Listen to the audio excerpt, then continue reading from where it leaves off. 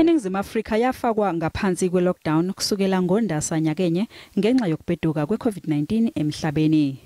We have now declared a national state of disaster in terms of the Disaster Management Act.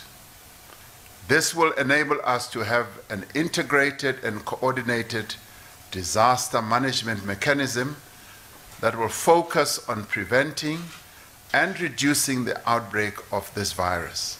Lokhu ke kwaholela ekuvalweni thaqa kwezinye izinhlaka zomnotho wezwe nokwakulindeleke ukuthi kwenzeke izinyanga ezintathu.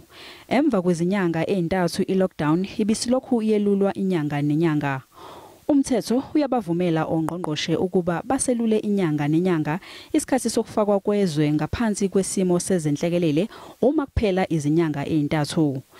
Kepha ke lokho sekwenzeka izikhawu eziyishumi kusukela ngoNhlangulana nyakenye. Cabinet approved a recommendation by the National Coronavirus Command Council to further extend the national state of disaster to 15 January 2022.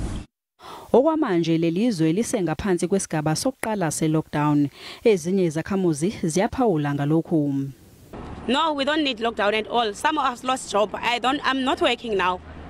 Umfela ndawonye wezinyunyana zezisebenzi ikhosathu uthi uyaseseka isigaba sokuqala se-lockdown samanje kepha ke ithi lokhu kufanele kusetshenziselwe ukunqanda ukusabalala kwe-COVID-19 hayi ukuvala umnotho wezwe. So we think it makes sense to extend the the level 1 disaster management.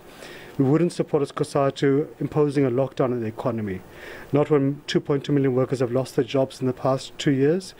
Ukwelulwa kwesikhathi sokufakwa kwalelizwe ngaphansi kwezenhlekelele sekholele ekutheni iPhalamende liqale uhlelo lokubukeza lomthetho ukuze lizokwazi ukuba namandla uma iziphathimandla zinquma ukwelula isikhathi se-lockdown.